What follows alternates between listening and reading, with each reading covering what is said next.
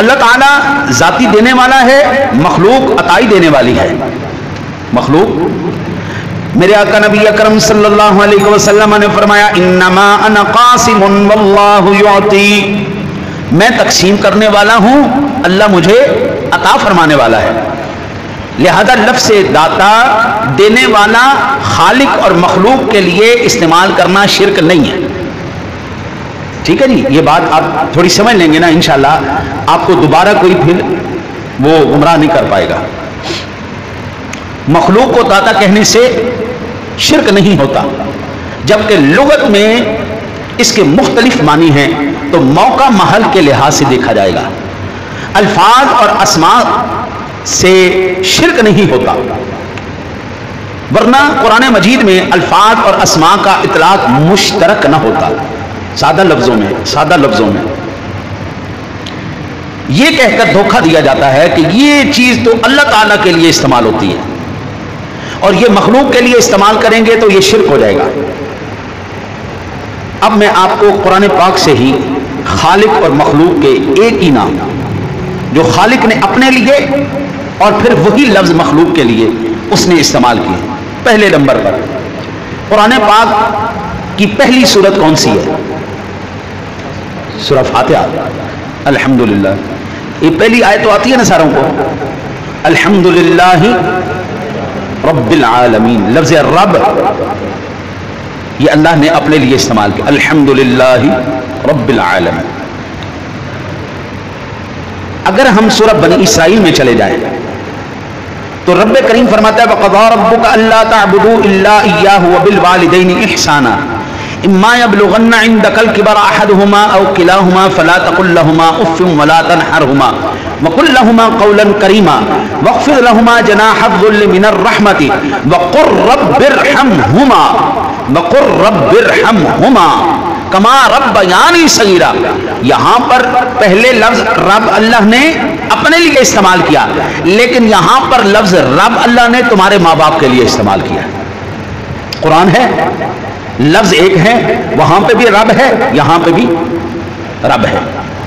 الفاظ مشترک ہو گئے، ایک جیسے ہو گئے. اب ایمان سے بتائیں کیا یہاں پر وقر رب ارحمہما، یا اللہ میرے ان پالنے والوں پر تو اسی طرح رحم فرما جس طرح ان پالنے والوں نے بچپن میں مجھ پر رحم فرمایا تھا.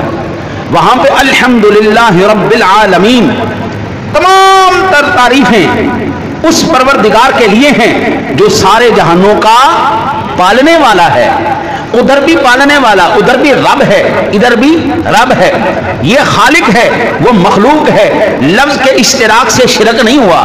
وہاں پہ معنی اور لیے جائیں گے، یہاں پہ معنی اور لیے جائیں گے. اچھا آگے چلتے ہیں. اللہ نے اپنے لیے لفظ قرآن پاک میں رؤوف کئی مقامات پر استعمال کیا ہے. اللہ نے رؤوف، رحیم، کریم، یہ الفاظ اللہ نے اپنے لیے قرآن پاک میں کئی مقامات پر ارشاد فرمائے. آئیے سامعین ذویل احترام، اب آگے ہم دیکھتے ہیں جب رب کریم نے ہمارے محبوب کی تعریف فرمائی، فرمایا لقد جاءکم رسول من انفسکم عزیز علیہ ما عنتم حریص علیکم بالمؤمنین رؤوف الرحیم. اللہ نے اپنے لیے بھی رؤوف اور رحیم لفظ استعمال کیے، وہیں پر محبوب کریم کے لیے بھی لفظ رؤوف اور رحیم استعمال فرمائے ہیں. بالکل وہی لفظ، وہی اسپیلنگ، وہی چیزیں، کوئی اس میں کوئی فرق نہیں کیا. لفظوں کا اشتراک آ گیا، ایک جیسے ہو گئے. اب ایمان سے بتائیں کیا ان دونوں میں آپ ایک ہی معنی لیں گے؟ اگر ہم رؤوف اور رحیم جب بات کریں گے اللہ کی تو وہ اس کی ذاتی صفات ہے، وہ اس کی اپنی صفات ہیں. جب بات کریں گے محبوب کریم کی تو یہ پھر اللہ کی عطا ہے. اللہ کی عطا سے میرا نبی بھی رؤوف ہے، اللہ کی عطا سے میرا نبی بھی رحیم ہے، اللہ کی عطا سے میرا نبی بھی کریم ہے. ہاں جی، اب ہم یہ جب معنی سمجھ لیں گے تو پھر یہ جو دھوکہ دیتے ہیں نا جی داتا تو صرف اللہ کی صفت ہے، جی اللہ کے علاوہ کسی کو داتا کہنا شرک ہے. تو میں نے تو کسی افسانوی کتاب کی بات ہی نہیں کی، کسی ناول کی بات ہی نہیں کی، میں نے تو قرآن کی بات کی ہے. اور بالکل بعین ہی وہی لفظ، وہی ورڈنگ جو اللہ نے اپنے لیے استعمال کی ہے وہی اللہ نے مخلوق کے لیے استعمال کی ہے. اب یہاں پر ذہن کو کھولنا پڑے گا بابا، وہاں پہ معنی اور لیے جائیں گے، یہاں پہ معنی اور لیے جائیں گے۔ محبوب کریم صلی اللہ علیہ وسلم کے بارے میں رب کریم نے ارشاد فرمایا وَأَمَّا السَّائِلَ فَلَا تَنْهَرْ، دینے والا کون؟ اللہ۔ لیکن اللہ کہتا محبوب جو تیرے در پہ سائل آ جائے اس کے واپس نہیں لوٹانا، اس کو جھولیاں بھر بھر کے عطا فرما، اس کو جھڑکنا نہیں ہے۔ دینے والا تو اللہ ہے، لیکن یہاں پر صرف تو محبوب کی بیان کی جا رہی ہے، یہاں ذکر تو محبوب کریم علیہ الصلوۃ والسلام کا ہو رہا ہے۔ تو یہاں پر یہ معنی ہوگا کہ بعض لوگوں نے صرف تفسیریں اپنی من پسند کر کے نا جی معنی لے کے انہوں نے دھوکہ دینے کی کوشش کی۔ ہندی کے اندر یہ ضرب المثل بیان کی جاتی ہے، داتا مر گئے اور رہ گئے مکھی چوس، یعنی سخی بندے دنیا سے چلے گئے، اب بخیل بندے رہ گئے۔ داتا مر گئے اور رہ گئے مکھی چوس، سخی مر گئے، سخی چلے گئے اور رہ گئے۔ ایک ضرب المثل ہے جی، داتا کی ناؤ پہاڑ چڑھے، یعنی سخی آدمی کا کبھی کام رکتا نہیں ہے، اللہ تعالیٰ اس کے لیے آسانیاں پیدا کیے رکھتا ہے، سخی کی تمام مشکلات رب کریم آسان کر دیتا ہے۔ اچھا جی، بعض مرتبہ نا جی کوئی بندہ اپنے لیے عاجزی اور انکساری کے لفظ استعمال کرے نا جی، تو جو پریشان ذہن ہوتے ہیں وہ ان کے الٹے معنی لے جاتے ہیں۔ میں ایک موٹی سی مثال آپ کو عرض کروں، آپ کے ملک پاکستان کے اس وقت وزیر اعظم کون ہے جی؟ اتنا تو پتہ ہونا چاہیے نا یار۔ وہ اپنے آپ کو کیا کہتے ہیں؟ خادم اعلیٰ، ایسے ہی ہے نا بھائی۔ میں کسی سیاسی پارٹی سے نہیں ہوں، میں قرآن و حدیث کی پارٹی سے ہوں۔ میں نے یہ ایک مثال میں آپ کو عرض کر رہا ہوں، وہ ہے جی خادم۔ اب کوئی پریشان ذہن یہ کہے وہ بھی نوکر ہے میں بھی نوکر ہوں، اندر تے میرے فرق کی ہے جی۔ گلی کا جھاڑو دینے والا کہے جی وہ میں بھی تے وہ نوکر ہی ہوں تو وہ بھی نوکر ہی ہے نا جی۔ اب بھائی اس کا پروٹوکول کچھ اور ہے، تیرا پروٹوکول کچھ اور ہے، تجھے گھر میں بیوی بھی نہیں پوچھتی، وہ بھی کہتی جا مردودہ کچھ کما کے لیا ساڑھے واسطے جی۔ اور بھائی اس کے پیچھے ہزاروں سیکورٹی سسٹم ہے، ان کے نکلنے سے پہلے کو اور جو ہے پروٹوکول کیا جاتا ہے۔ بعض لفظوں کو پکڑ کر ان کی تنقید کرنا یہ ایک گھٹیا ذہن کی نشانی ہے۔ میں نے ایک کتاب پڑھی داتا کون، اس کے اندر کشف الاسرار میں سے چند جملے لیے گئے تھے حضور داتا علیہ اجویری رحمۃ اللہ تعالی علیہ کے فرمائے ہوئے۔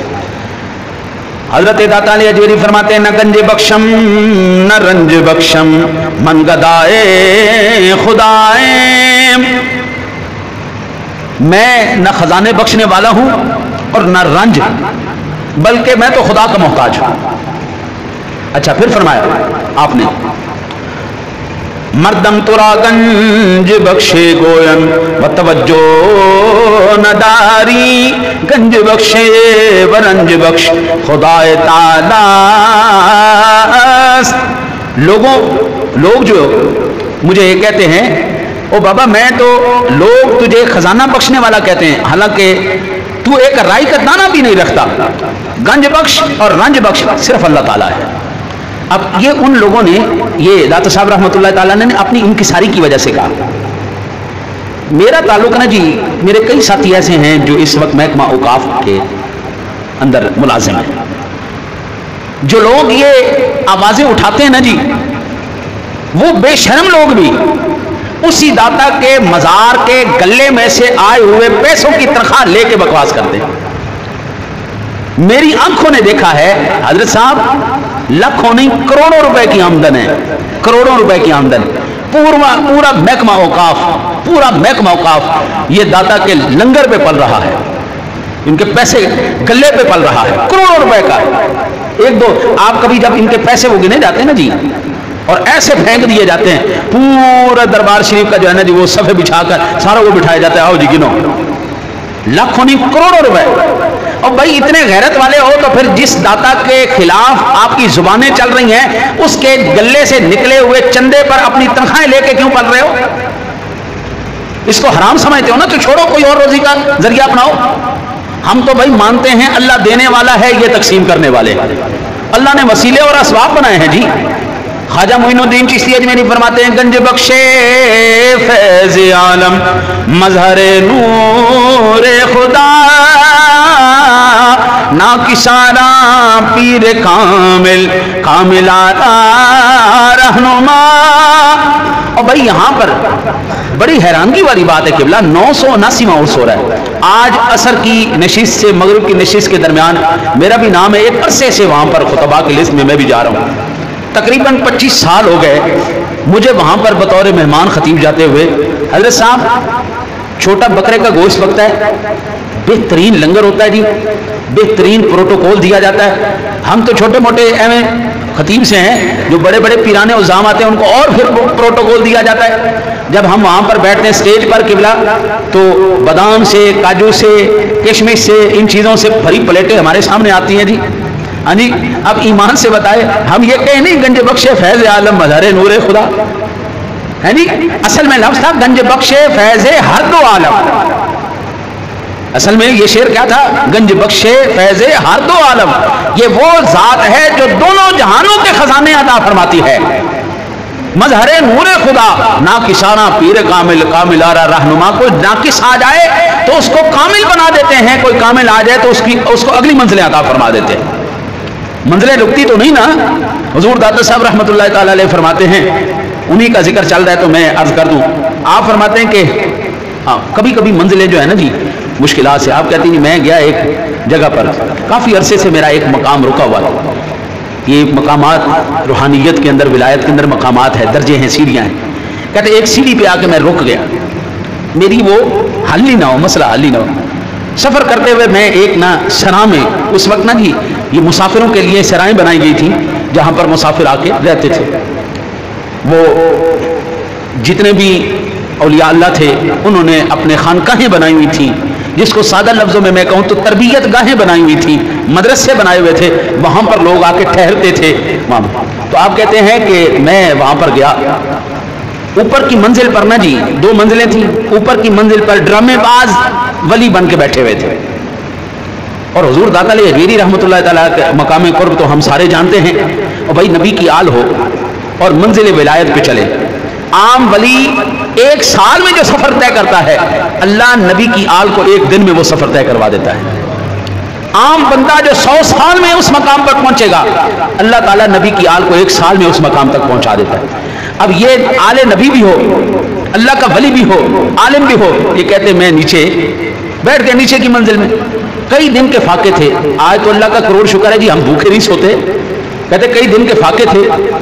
اب ان ڈونگی ولیوں کے پاس، ڈرامے بازوں کے پاس مرغی آئی، بنی ہوئی مرغی آئی، بڑا بہترین خربوزے آئے، بڑے پھل چھل آئے، وہ کھائیں، اور میرے نارمل سے کپڑے تھے، میں نیچے بیٹھا ہوا، انہوں نے بدتمیزی شروع کر دی، چھلکے کھا کے نا جی میری طرف پھینکنے لگ گئے۔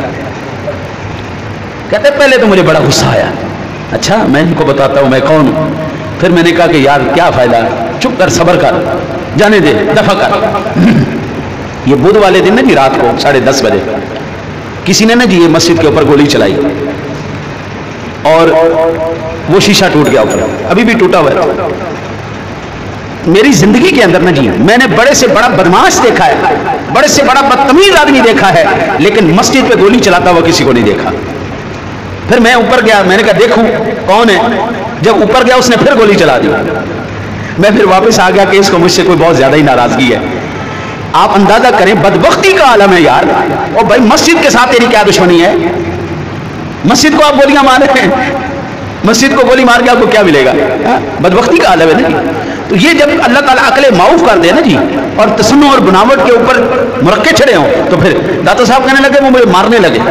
جب مجھے غصہ آیا نا نہیں، پھر میں نے کہا یار صبر کرو صبر کرو۔ جب میں نے خاموشی سے ان کی، کبھی مجھے ہڈی مارے، کبھی خربوزہ کھا کے مجھے چھلکا مارے، تو کہتے ہیں جب میں نے اپنے نفس کو مطمئن کیا، ذرا تھوڑا سا کول مائنڈ ہوا ہے، کول ڈاؤن ہوا، تو کہتے ہیں جس طرح وہ ہڈی مار رہے تھے میرے درجات اللہ بلند فرما رہا تھا۔ اللہ تعالیٰ اس طرح بھی وہ بندے کے درجات کو بلند فرماتا ہے۔ سامعین ذوال احترام والے احتشام، یہ وہ اللہ کے خاص بندے ہیں کہ اگر یہ قسمیں کھا لیں، لو اقسم علی اللہ لابرہ، اللہ کی قسم کھا لیں اللہ پھر کام بھی ان کے ویسے ہی کر دیتا ہے۔ یعنی وہ لومڑی کو چھلانگ لگائے تو کھجور اپنا انگور تک اس کا منہ نہ پہنچے، یعنی بڑی کوشش کی بیچاری نے، اینڈ میں کہنے لگے انگور ہی کھٹے ہیں، چلو دفع کرو۔ یہ لوگ اللہ کے ولیوں کو بکواس کرتے ہیں، بھونکتے کھاتے بھی انہیں کے در کا ہے۔ دیکھو میری بلی مینو میں ہوں، کھائیں بھی انہیں کا اور بکواس ہی انہیں کو کرے. وہ کم از کم علمی کوئی دنیا کے اندر وادیوں کے اندر تھوڑا سفر کرو, کوئی چلو پھرو, تمہیں پتہ چلے. حضرت صاحب میں عرض کر رہا تھا 25 سال سے میں جا رہا ہوں, 25 سال کے اندر نہ صرف مولوی کو میں نے نہیں ادھر دیکھا, وہاں پہ وکیل بھی, وہاں پہ ڈاکٹر بھی, وہاں پہ دنیا دار بھی, وہاں پہ بزنس مین بھی, وہاں پہ عام سادہ آدمی بھی, وہاں پہ فقیر بھی, وہاں پہ درویش بھی, وہاں پہ پیر بھی, ہر ایک بندہ وہاں پہ موجود ہوتا ہے جی. ہم نے فجر کو بھی حاضری دی, فجر کی فوری بات, ہم نے رات کو 1-1 بجے بھی حاضریاں دی. خدا کی قسم کوئی لمحہ مجھے ایسا نہیں ملا جس لمحے کے اندر قبلہ وہاں پہ دربار خالی ہو, ذکر و اذکار کا ورد نہ ہو. جب حضور داتا صاحب رحمۃ اللہ تعالی علیہ کہ وہ مزار شریف پہ بم دھماکہ ہوا, ہم لوگ وہیں پہ تھے. عشاء کے بعد دھماکہ ہوا, این چیتھڑے اڑے ہوئے تھے, خون و خون تھا جناب. رات کو سارا صاف کر کے فجر میں اس سے زیادہ نمازی وہاں پہ موجود تھے. وہاں پہ کوئی فرق نہیں پڑا جناب, چاہے بم دھماکے کریں. آج سے 25 سال پہلے 28 سال پہلے ہم گئے جی گلشن اقبال, وہاں پر ٹکٹ دے کے ہم نے اندر جانا تھا, ایک دفعہ بم دھماکہ ہوا جی, آج وہاں پہ کوئی بھی نہیں جاتا. تو یہ مجھے بتائیں, چلو مولویوں کا تو ہو گیا دماغ خراب, یہ تو اللہ کے ولیوں کا ایسے ہی ذکر کرتے رہتے ہیں, کیا ڈاکٹروں کا بھی دماغ خراب ہو گیا, وکیلوں کا, بزنس مینوں کا, عام بندے کا, دنیا دار کا. وہاں پہ بڑے بڑے ترنم خان اور بدماش بھی جب آتے ہیں نا تو ایسے سر جھکا کھڑے ہوتے ہیں. یہ اللہ والوں کے فیضان ہے جناب, یہ قرب خدا بندی ہے ان کا, جو دنیا اپنے منہ سے بول بول کے عطا فرما رہی ہے. دنیا بول بول کے بتا رہی ہے, او دنیا والوں یہ کچھ اور چیز ہے, تم کچھ اور چیز ہو. نام ایک جیسا ہونے سے صفات ایک جیسی پیدا نہیں ہو جاتی. اللہ سے دعا کرتے ہیں اللہ تعالیٰ حبیب کریم علیہ الصلوۃ والتسلیم کا صدقہ آپ کو مجھے اپنی سچی محبت نصیب فرمائے.